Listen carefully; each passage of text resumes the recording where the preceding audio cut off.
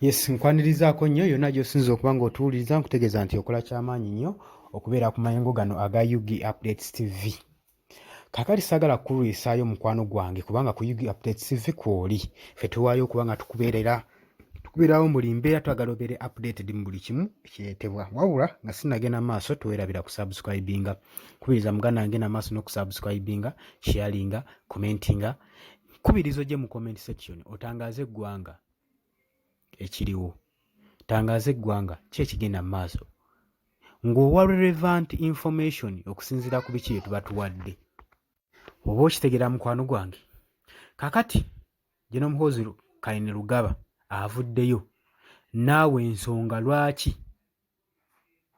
tatya ggwanga lya America. Abagambye abanaabidde mu maaso n'abagamba nze sibatyamu yadde n'omulundi n'ogumu n'akatono. Gen. Muhoozi Kainerugaba. Tujjukira bulungi nnyo ebadde bitambulira ku mukutu gwe ogwa Twitter. Agambye bulijjo mumbuuza ensonga lwaki sitya Abamerika bano. Leero kangibawe, leero kambabuulire ensonga lwaki nze sobola kubanga ntiisibwatiisibwa n'Abamerika. Kiki ekiwaga Gen. Muhoozi? Leero naakyatudde. Njagala otule wansi okkakkane ndukuseetulire. Jjukira okusinziira emabega yava eri n'apositinga ku Twitter n'agamba era mu ngeri ey'obutatya nti tugenda kutandika naffe okuba nga twasanctioninga officers aba-America. We bataalekera awo kubanga naffe batuteekako sanctions ng'Abafirika. N'abagamba nti sibayinaako buzibu nti oba mbayinako obukyayi kuba amawanga ago ngaagala nnyo ag'e Bulaaya, naye obuzibu mulibasosoze mutusosola. Ebyo byali bigambo bya Gen. Muhoozi Kainerugaba. Kaakati mu ngeri y'emu era avuddeyo lwali lunaku lwakubiri n'agamba nti nno mmwe abavuddeyo ne mwebuuza lwaki Gen. Muhoozi Kainerugaba tatya mawanga gano ag'ebweru. Abagambye nze sobola kutya B'Amerika wadde n'omulundi n'ogumu. Ate kino kankibabbireko, mwabadde temukimanyi. Nsinga kutya nnyo maama wange n'okusinga amawanga ago ag'ebweru. Kasita mbeera nga ndi fayini eri maama wange nga buli kimu kitambula bukwakku, then tewaba nsonga n'emu erina kuntiisa.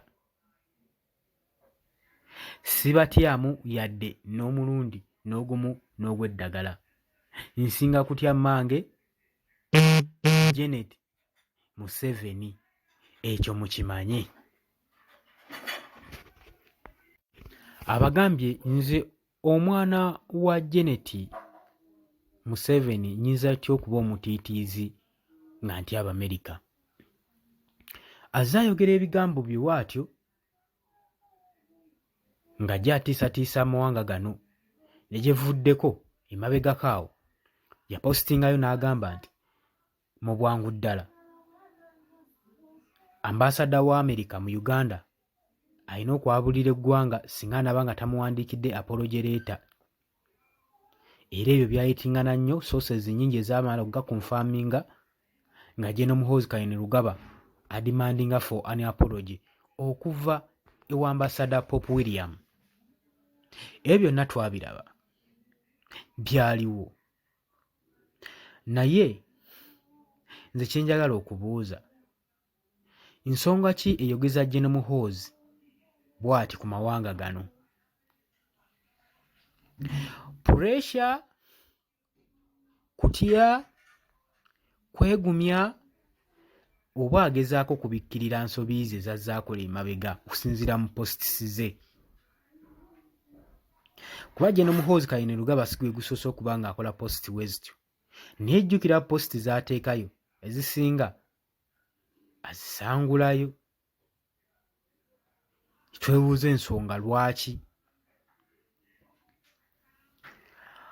America tennavaayo namaanyi gali awo kwanukula General Muhoozi Kainerugaba okuggyako Senator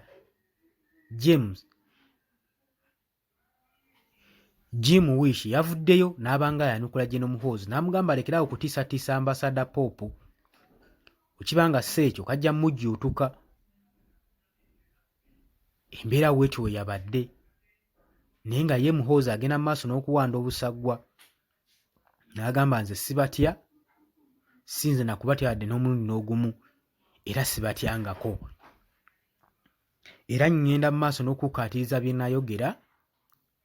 Singa kanaabatanda ne muddamu okubanga muteeka ku bannayuganda oba ku Baafirika natti, naffe ba government officers bammwe tugenda tandika okubateekako natti. Ebibadde bigambo bya General Muhoozi Kainerugaba.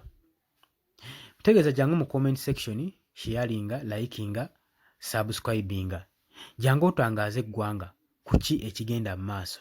Nagambye eddoboozi ly'okkulu mu komenti okubanga bannayuganda balitegeera, ate wo subscribinga, ate awo oba okisussizza ggwe mukwano gwange ali eyo ampuliriza. Kale nkubiriza buli omu agende maaso n'okubanga subscribinga ku UG Updates TV. Tubaagala nnyo, temuvaako.